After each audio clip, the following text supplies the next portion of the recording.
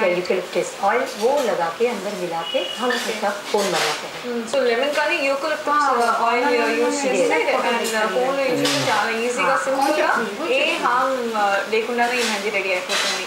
Wow, so చాలా బాగుంది madam ఇది. దిస్ ఇస్ లైక్ ఇందాక మేడం చెప్పినట్టు చేయి అంతా చాలా స్పేస్ ఉంటుంది అరబిక్ డిజైన్లో, ఎక్కువ ఫిల్ చేయదు డిజైన్ అంతా. అదే మార్వాడి డిజైన్ అంటే బాగా హెవీగా రిచ్గా ఉంటుంది and it covers the entire hand అనమాట.